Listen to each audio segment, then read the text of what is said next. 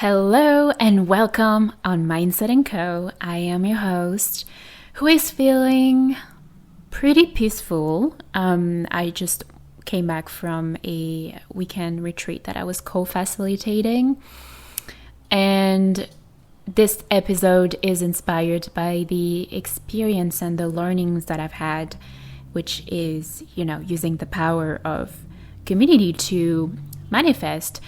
I felt such a sense of peace, a sense of inner peace by connecting with others. And like I've mentioned previously, once we're able to come from our sympathetic nervous system to our parasympathetic nervous system, which is all about relaxation, instead of being in our survival mode, then we are able to focus on other things that really matter, because we're not focused on our survival anymore. So then we can focus on other things, other emotion, and there's a whole range of emotion that we're able to feel that I almost forgot because I was such in a survival state of mind. And even being a mindset coach, we can be in this state of mind, and even when we have the tools, sometimes we're not really able to do it properly or to do it fully because we're always working on something, in the back of our minds. And being able to have this disconnection from, if I can say, almost the rest of the world, and this disconnection from technology, our phones, our computers, and just connect with other people around you and going through these exercises, these experiences that are really strong, really creates a bond with other people, even though you've just met them a few hours ago. Somehow you can feel really connected to people once you eliminate the superficial layers, the superficial conversations, and just really dive into a deeper sense of connection and really diving into your real emotions, being able to communicate them, just really brings you to another level of conversations with others and also with yourself. So this is what I want to talk about in this podcast today, in this episode. As I've mentioned in previous episode before, sense of belonging is one of our primal needs after food and shelter. Yes, we need community. We need to feel connected. We need to be accepted by other people. It has to be. Okay? It's one of our needs. It's one of our primal needs, essential needs. And when you think about it, as long as we existed as humans and our ancestors, we needed one another to build, to advance, to survive. And really, we wouldn't be here today without working together. This is how, as a civilization, and several civilizations even, advanced and allowed us to be where we are today. And this is very materialistic, but if we think spiritually, we're all connected to one another. If you're into spirituality, you might know that we are one. We're one and the same. We're just divided by, our egos and our experiences and our personalities. But we are connected through these invisible thread. And sometimes it's difficult to see when you hate someone, for example, when you dislike someone.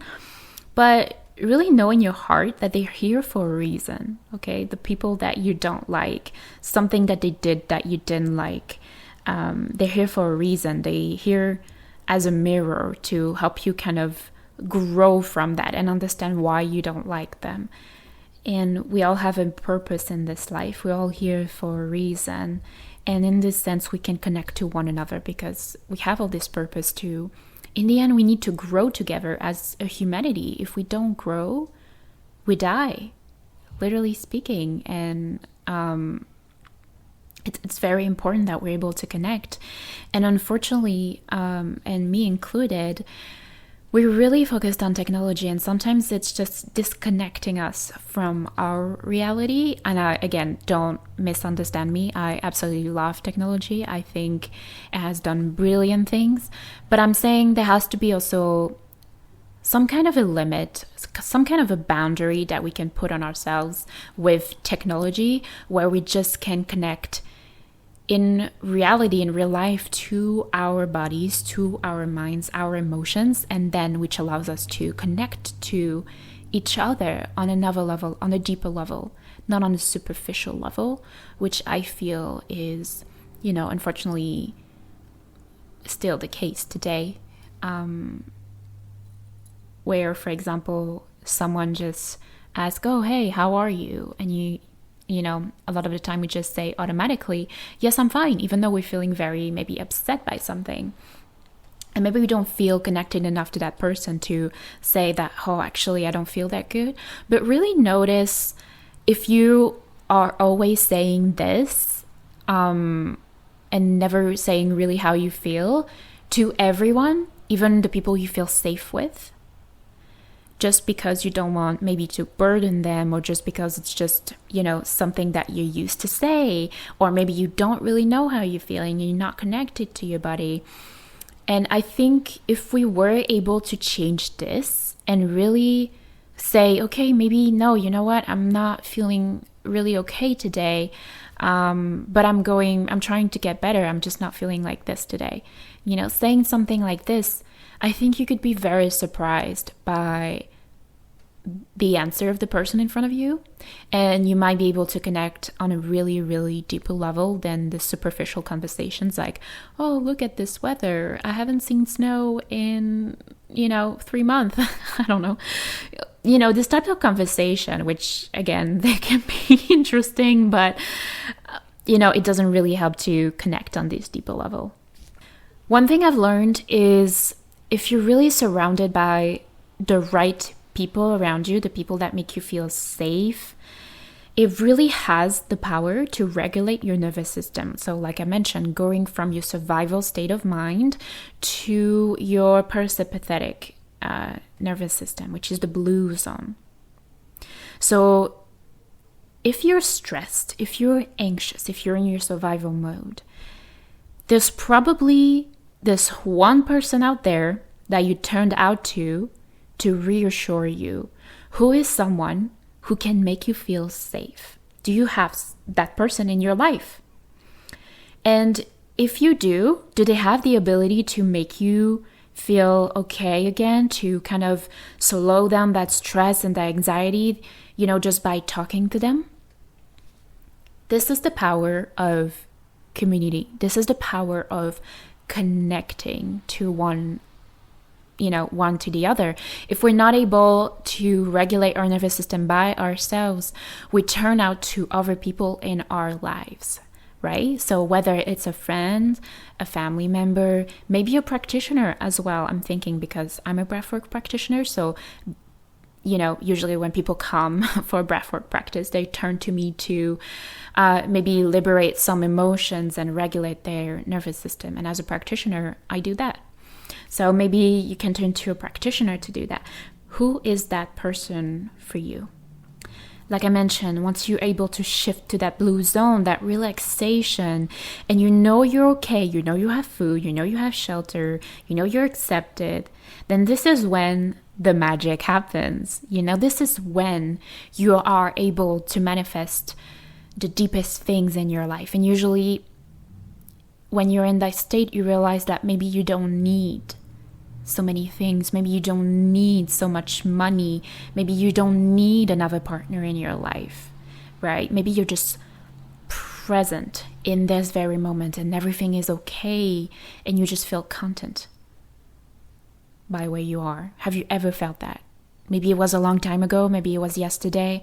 For me, that's what I learned in my retreat. That's how I felt even after I left the group, even after I came back to my apartment, my life. I felt this deep state of inner peace and this connection to my body and to my feeling, just by connecting with others and having that space for myself, by being able to remove the stress from having food, having money, because I know I'm okay.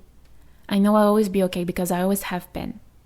So I'm removing that stress and then I'm able to focus on other things. I know I'm okay. This is all I need here. But of course, I have dreams. Of course, I want things to happen. And I know that in this present moment, I'm fine how it is. I'm happy how it is. But I'm still going to work towards, my goals to improve this state of mind. And manifesting from that state of mind, let me tell you, it's very different than manifesting from a survival mode where you're just always stressed. If you manifest from a state of stress, you might not manifest the best things in your life because you feel desperate about it. It's something that you really, really want. And the more you want it, the less it's going to happen. Trust me, this part of manifesting is being able to detach. And again, when I mean detach, I don't mean forget. I don't think you can forget your manifestation, nor should you. You shouldn't forget, your goals, the things, your intentions, the things you want to manifest. I think it's about detaching, being able to focus in the present moment. Like I mentioned, just feeling okay in this moment, in this present moment, and being okay. If I have this or not, I'll be okay. That's detaching from your goal. So when you're able to being in your blue zone, this is when, again, the magic happens. This is where you're able to manifest in a true state of inner peace. One of the steps in manifestation as well is about incarnating what or who you want to be. So being okay in this moment and, thinking that you already have that thing, how would you feel? It's all about the emotions, okay? It's all about how you feel inside. Mindset and body is the answer to manifesting. So you shouldn't disregard your emotions. You shouldn't focus just on so many things and just being disconnected from yourself. That's not how you manifest. And I know it can be a lot of work, but it doesn't have to be. It really doesn't have to be. It can be one day without your phone, one afternoon, just going to talk to a friend in a cafe and talking to that person who you feel safe with, who you can talk to.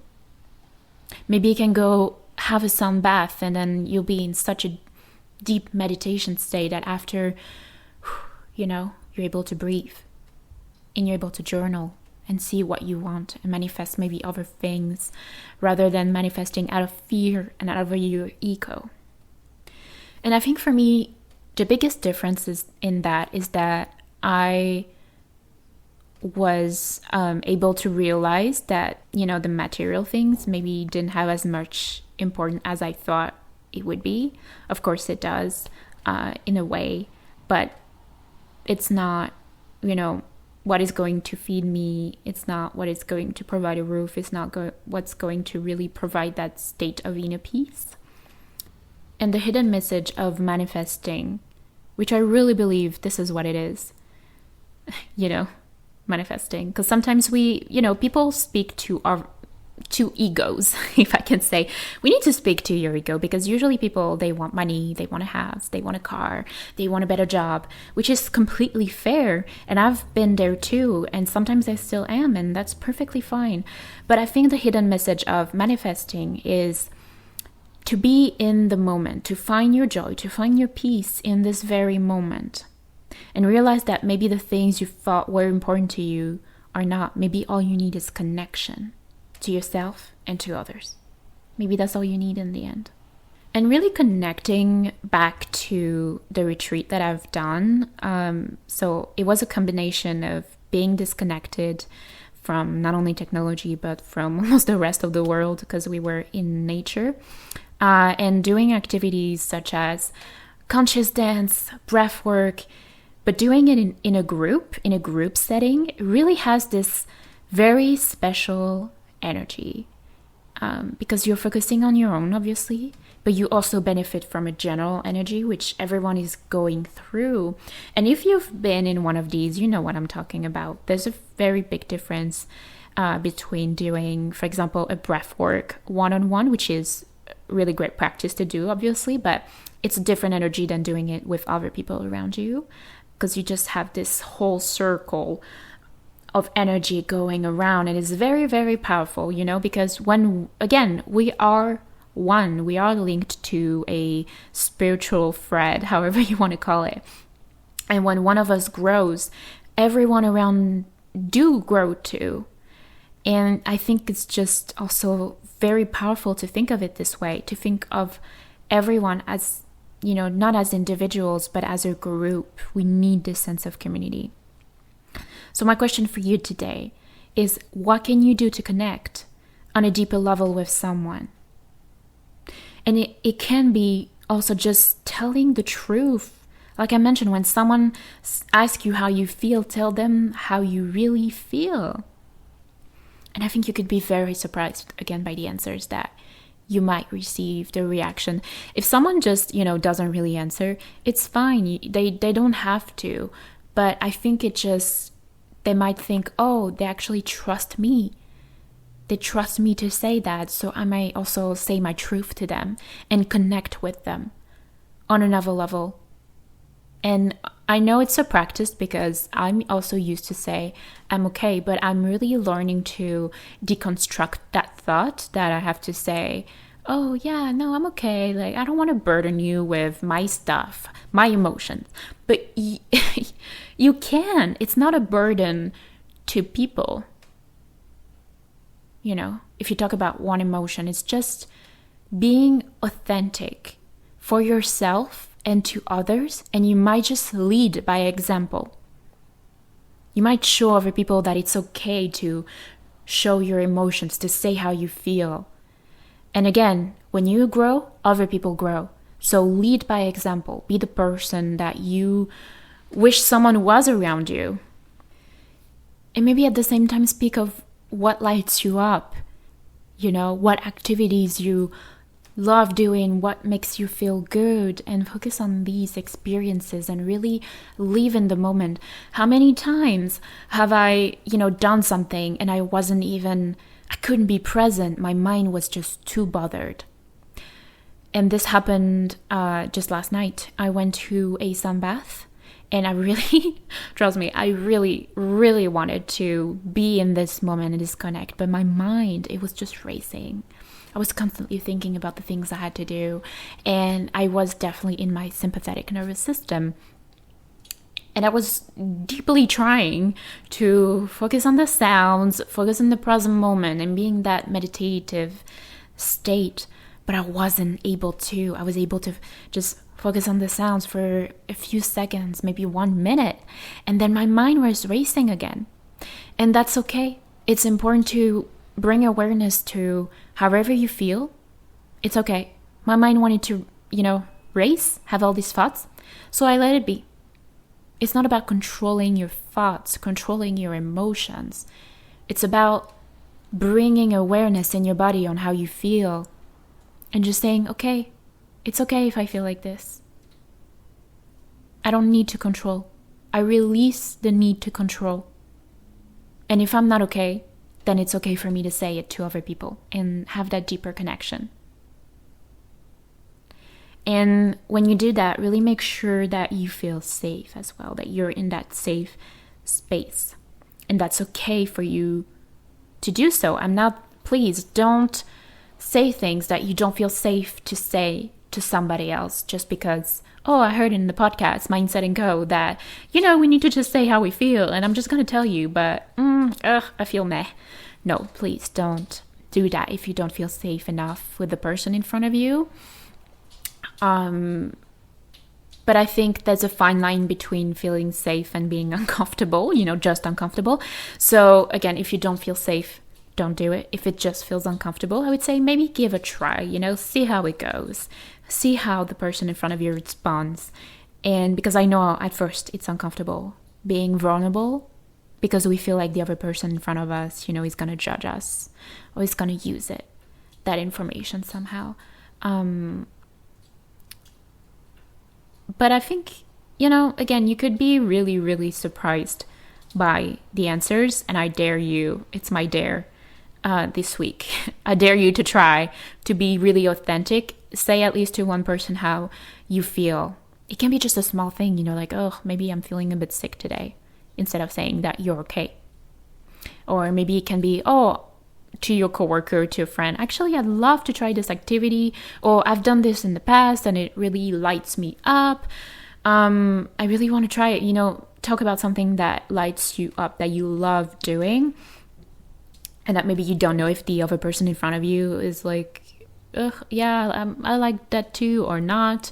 But just try to connect with other people on another level, without your phone, without being in a rush, just being fully present in this moment.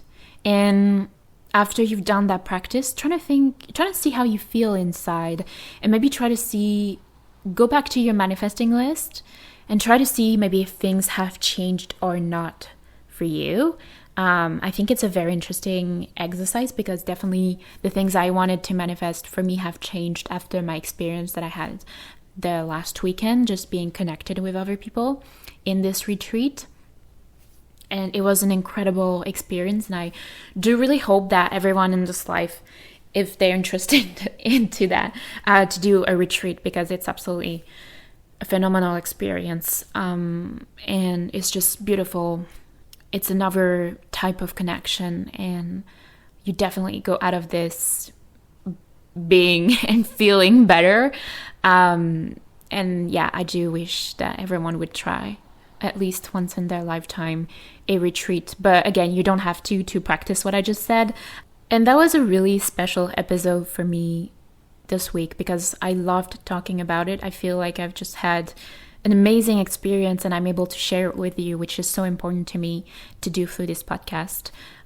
So I do hope that you like this episode this week. Soon there is going to be an episode with an embodiment practitioner, and we are going to talk about sexuality, and I'm just so happy to welcome her on this podcast, so stay tuned for that.